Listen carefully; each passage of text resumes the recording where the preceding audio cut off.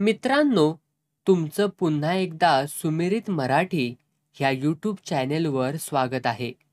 आजची कथा सुरू करण्यापूर्वी जर कोणी ह्या चॅनेलवर पहिल्यांदाच आले असाल आणि अजूनही सबस्क्राईब केले नसेल तर नक्की सबस्क्राईब करा. धन्यवाद. सूर्यनारायण 12 डोळे उघडून आकाशाच्या मध्यावरती लोंबकळत होता. गायकवाडाचा पांडा सायकल हाणून हाणून थकला होता. अजून पुन्हा 4 मैलांवरती उरलं.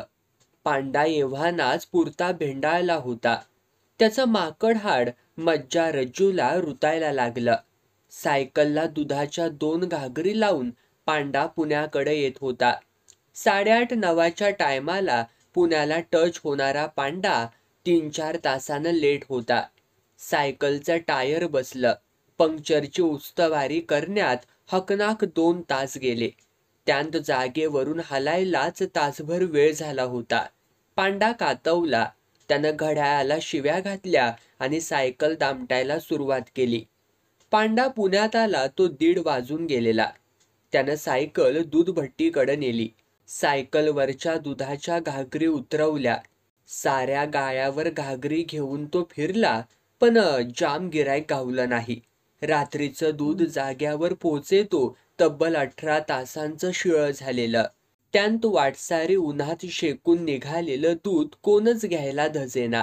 पांडा हिंडला, पण दुधाला गिऱ्हाईकच गवसेना. तशी पांडा हबकला. दूध ओपून 20-25 रुपये कनवटीला लावून दुपारी जेवायच्या वक्ताला येतो म्हणून त्यानं कारभारणीला सांगितलं होतं. त्याच पैशावर नथमल शेठला वायदा केला होता, पण सारंच मुसळ केरात गेलं. दूध घागरीत आणि पैसे गिऱ्हाईकाच्या खिशात राहिले. पांडाचा मेंदू चौड झाला. त्याला जाम सुचेना. आता या दुधाचं करायचं तरी काय? गावाकडं परत न्यावं तरी पंचायत. इकडं तर गिऱ्हाईकच भेटेना. पांडा पुरता यडबडला. त्यानं दुधाच्या घागरी परत सायकलला अडकवल्या. हळूच चुळकाभर दूध हातावरती घेतलं आणि पिऊन बघितलं आणि त्यानं सायकलवरती टांग टाकली. दूध विकायलाच हवं सांच्याला. नथमलला पैसे दिलेच पाहिजेत.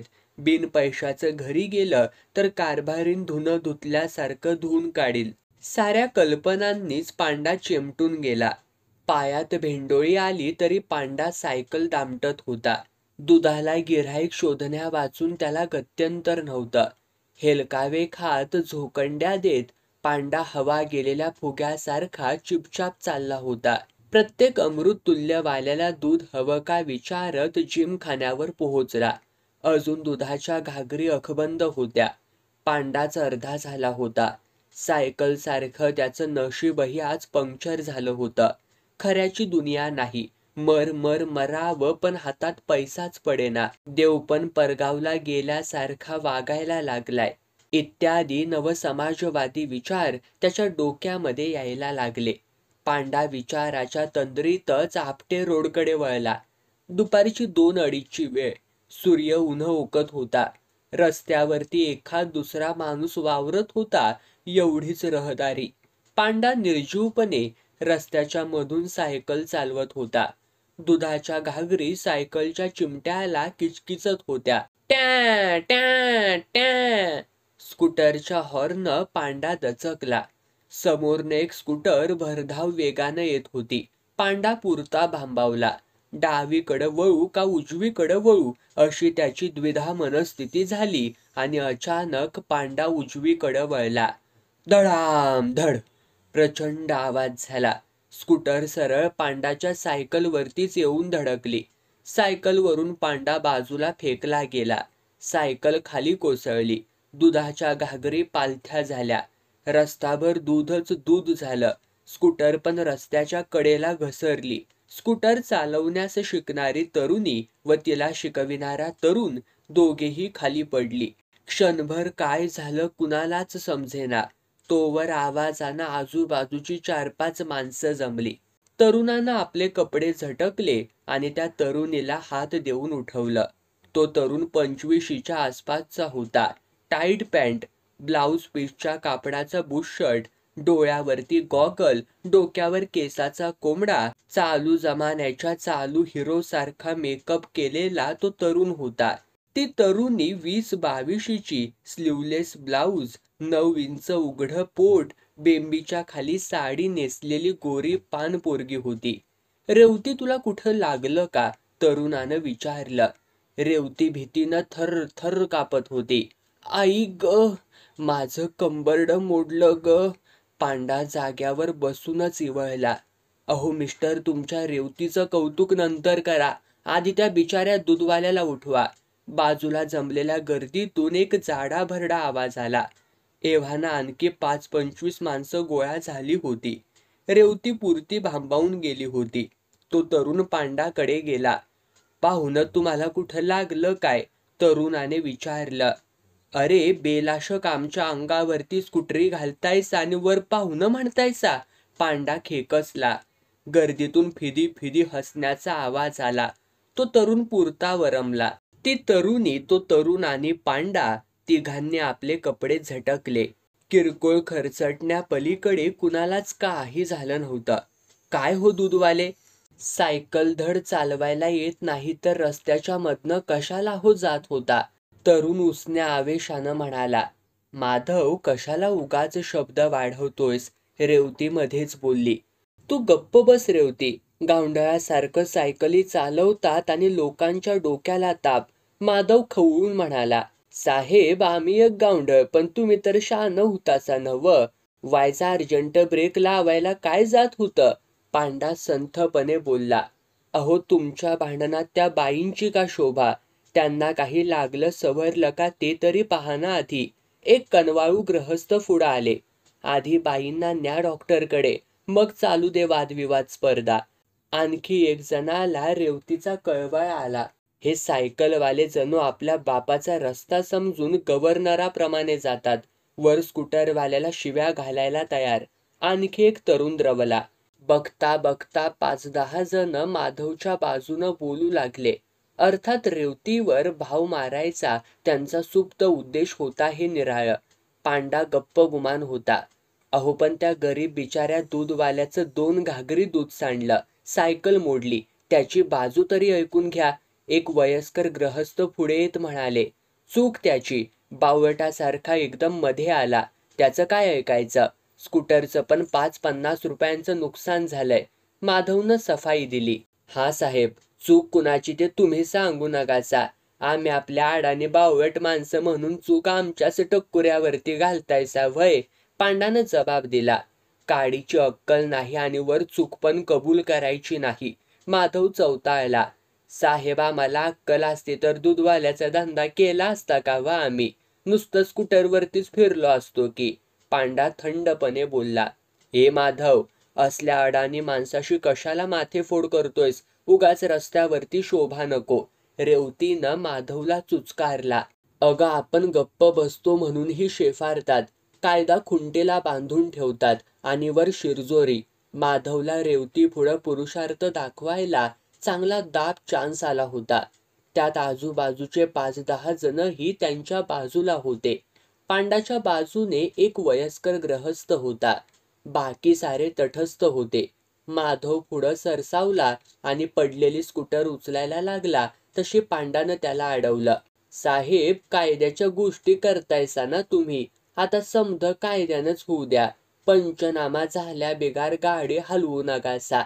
पंचनामा करायला तुला सवड आहे, पण आम्हाला कामं आहेत म्हणे पंचनामा करा. माधव स्कूटर उचलत म्हणाला. साहेब, पंचनामा झाल्या बिगर गाडी हलवू नकासा. पांडा अडवा आला. माधव त्याची कटकट मिटवून टाकना, उगाच तमाशा नको. रेवती त्रासिक स्वरात म्हणाली. अहो, त्याला 5-10 रुपये देऊन टाका ना. बिचाऱ्याचं दूध सांडलं. एक सज्जन समझोता करायला आले. हे घे 5 रुपयाने कर तुझं तोंड बंद. माधवनं पांडाच्या पुढं नोट धरली. साहेब, मला पैसे नकोत. काय व्हायचं ते कायद्यानंच होऊन द्या. पांडा स्वस्थपणे म्हणाला. माधव, त्याला 10 रुपये दे. उगाच किती काथ्याकूड चालवलाय. रेवतीनं माधवला विनवलं. हे घे 10 रुपये. माधवनं नोट पुढं केली. मला पैसे नकोत. पंचनामा होऊ द्या. माझं चुकलं असेल तर तुम्हाला कशापायी भुर्दंड. पांडानं नोट नाकारली.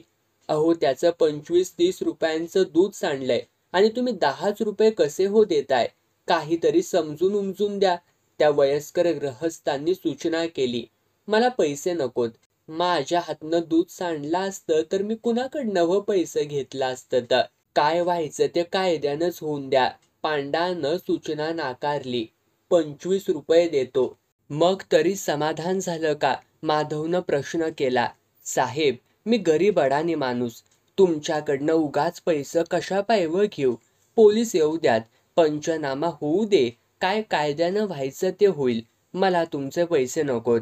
पांडा स्थितप्रज्ञाप्रमाणे बोलला. अरे बाबा, दुधाचे 25 आणि सायकल दुरुस्तीचे 5 रुपये घे. आता तरी तुझी कटकट संपली का? माधव वैतागून बोलला. मला पैसे नगद. मग तुला हवंय तरी काय? पंचनामा. पंचनाम्यासाठी थांबायला मला वेळ नाही रे. ते पोलिसांना सांगा. पोलिसांच्या भानगडीत दोघांनाही त्रास होईल. उगाच वाढवू नकोस. मला त्रासाची सवय आहे. उगाच मिटवामिटवी करू नका. बरा शहाणा दिसतोयस रे. तुमच्या बरीच वाईच कमीच आहे. अरे 15-20 रुपयांचं नुकसान झालंय तुझं. तुला 30 रुपये देऊनही तू वाकड्यात शिरतोयस. साहेब, कायदा वाकडा नसतो. मग तुझं म्हणणं तरी काय? पंचनामा. एवढ्यात एका समाजसेवकानं धावत जाऊन पोलिसाला बोलावून आणलं होतं. पोलीस येताच पांडाला बळ चढलं. काय गडबड आहे? पोलीस दादा डुलत डुलत हजर झाले. हवालदार साहेब, ॲक्सिडंट झाला. स्कूटरवाल्या बाईंनी मला धडक मारली. पांडानं कैफियत मांडली. अहो, चूक सायकलवाल्याची होती. एकदम उजवीकडं वळला आणि स्कूटरवरतीच येऊन आदळला. माधवनं आपली बाजू मांडली. कोण मेलं बिलं तर नाही नव्ह? तिचभर ॲक्सिडंट आणि हातभर पंचनामा कशाला र करतायसा? मिटवून टाकायचा आपापसातच. उगाच आमच्या टक्कुऱ्याला त्रास. पोलिसानं अनधिकृत सल्ला दिला. गरीब माणूस आहे म्हणून मी त्याला 30 रुपये द्यायला तयार झालो. पण पठ्ठ्या काही कॉम्प्रोमाइज करायलाच तयार नाही. म्हणे पंचनामा करा. माधवनं खुलासा केला. कॉम्प्रोमाइज कशापायी करायचं? काय कायद्यानं होतं या ते होईल साहेब. पंचनाम्याला घाबरतायसा कशाला? पांडानं आवाज चढवला. स्कूटरवाल्याला आणखी दमात घ्यायला पांडा उत्सुकला होता. 50 रुपयांवरती आकडा गेला की मगच कॉम्प्रोमाइज करायचं असा त्याचा इरादा होता. अहो दूधवाले पाटील, कशाला हो कायद्याच्या वाटेला जाताय? साहेब देत आहेत ते पैसे घ्या आणि आपापसामध्ये मिटवून टाका प्रकरण. पोलीस दादानं परत एकदा पांडाला चुचकारलं. 30 टिकल्यानं माझं काय वाकडं होणार नाही. सारं कायद्यानंच होऊन द्या. पंचनामा करा. कोर्टात काय होईल ते होईल. पांडा नडला. अहो दूधवाले, फार कोर्टाची चटक लागले की काय तुम्हाला? गप्प पैसे घेऊन मिटवायचं तर पंचनाम्याची हौस हो कशाला? पोलिसनं पांडाला समजावलं. छे, पैशाची चटक तुम्हाला. आम्ही न्याय देवते बिगार कुणाला भीत नाही. सत्याची दुनिया असती तर आपण 150 वर्ष पारतंत्र्यात पडलोच नसतो. पांडानं पुढाऱ्याची भाषा काढली. ॲक्सिडेंटचा आणि स्वातंत्र्याचा काय संबंध? उगाच पुढारकी गाजवू नका. पोलीस पण उचकला. पोलीस डिपार्टमेंटनं पैसे खाऊन देशाचा विचका केला. पंचनामा करा म्हटलं तर तुम्ही कॉम्प्रोमाइज करायला सांगता? जरा तरी न्यायाची चाड राखा. पांडा गुरकावला. ठीक आहे, मग पंचनामा करूनच टाकतो. म्हणून पोलिसानं पिशवीतनं कागद आणि फुटपट्टी काढली. जागेवर खडूच्या खुणा झाल्या. स्कूटरवाल्या बाईचं लायसन्स नंबर घेतलं. माधव शिकवत होता त्याचं पण लायसन्स मागून घेतलं. माधवनं लायसन्स पोलिसाच्या हातात दिलं. लायसन्समध्ये 5 रुपयांची नोट घडी करून ठेवली होती. ती अल्लात पोलिसानं उचलली. मग जबान्या झाल्या. स्कूटरचं आणि सायकलचं फारसं नुकसान झालं नव्हतं.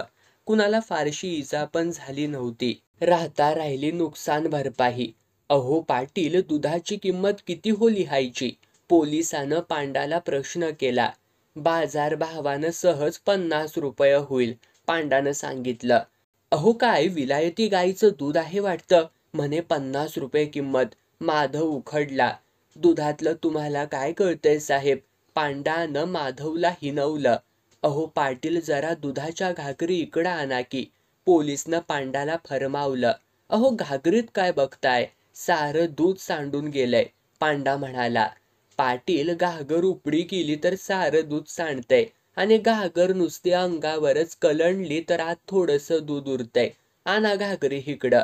पोलिसानं पांडाला घागरी आणायला हातानं खुणिवलं. पांडानं सायकल उभी केली आणि घागरी आणून पोलिसासमोर आदळल्या. पोलिसाचा कयास बरोबर होता. प्रत्येक घागरीत थोडंफार दूध होतं. काय पाटील, घागरीत तर लिटरभर दूध दिसतंया.